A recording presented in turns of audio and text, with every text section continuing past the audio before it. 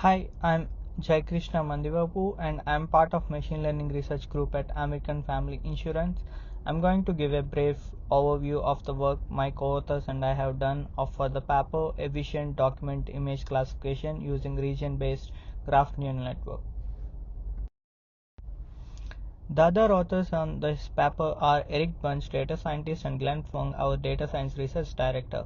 You can learn more about our broader team and projects we are working on by visiting the website shown below.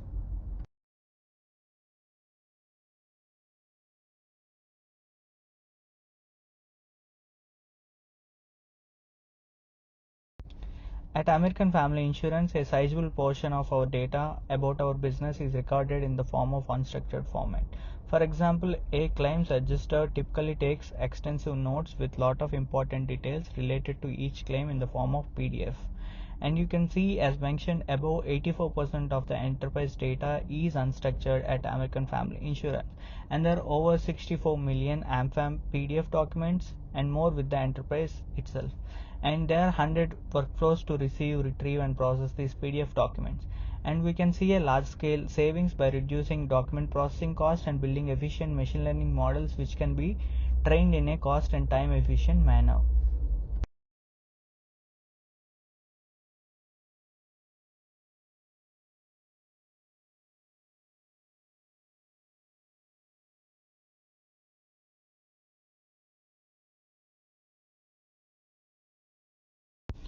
As you can see, the current enterprise document processing can be subdivided into following steps. First, we will be getting a lot of unstructured input which is in the form of PDF or images, and on top of it we will be doing a lot of pre-processing such as extraction, enriching information, and transforming the data into different types of format and extracting text from it.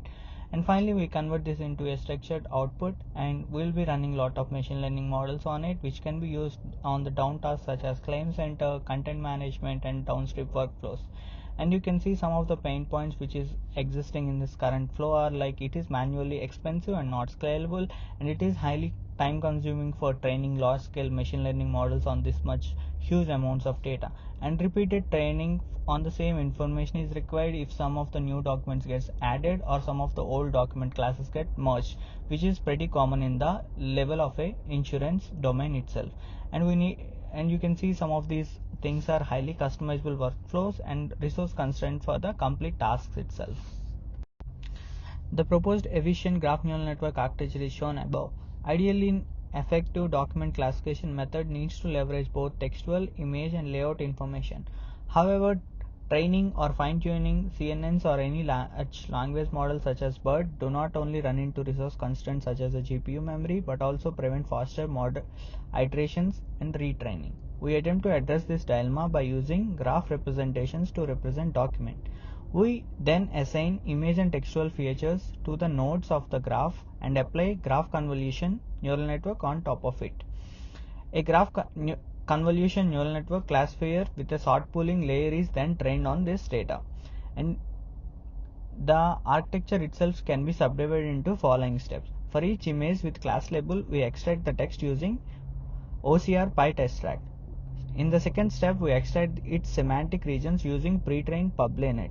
Each image is converted into a graph where each node in a is a region detected by the PubLeNet, such as a header, footer, etc. To generate the image features of the nodes, we extract visual features from the region using VGG16 pre-trained on the ImageNet. Finally, textual and image features of the specific region is concatenated and assigned to the nodes.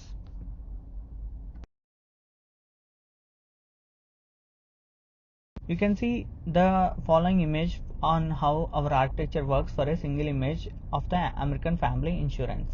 So you can see initially the image is passed through a PubLeNet, and the PubLeNet makes different kinds of detection such as a header, footer, and different kind of paragraphs in the document.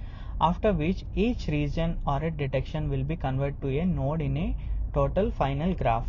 And to add the features for that node itself, we use the PyTextract to extract all the textual information which is present in the detected region such as a header or a footer or anything, etc. And those extracted features will be converted into a regular vectors using word2vec. And you can see we are using the layout information which is present in the document image itself. To do that, we pass the same existing detected region input to the VGG16, and the output image embeddings will be connected. And finally, textual embeddings and the image embeddings of the word to vec will be concatenated and will be passed as a additional features of a node itself.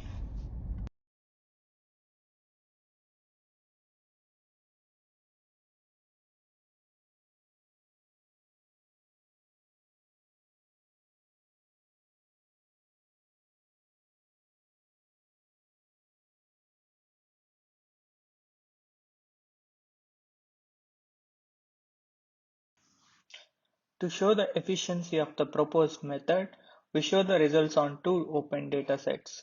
One is an internal and one is an openly available document dataset. On insurance domain dataset, it is seen above the proposed method with and without the image embedding achieve performance almost equal to the state of the art. But as shown in the second column of parameters, proposed method achieves this with far less parameters. Similar results has been achieved on the publicly available Tobacco 3482 dataset.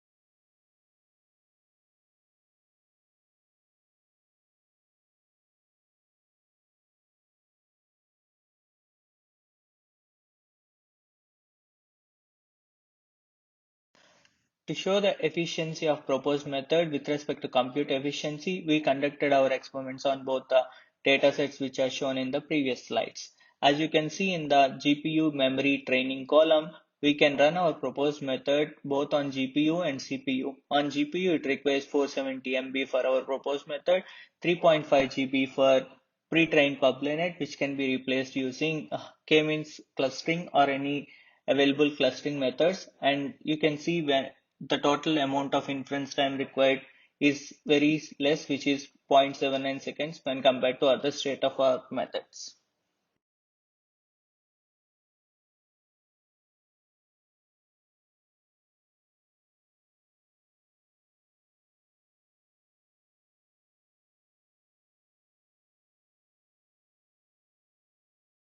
In conclusion, we proposed a general document classification method that can handle hundreds of documents of classes in cost and time efficient manner, which can be run on both CPU and GPU.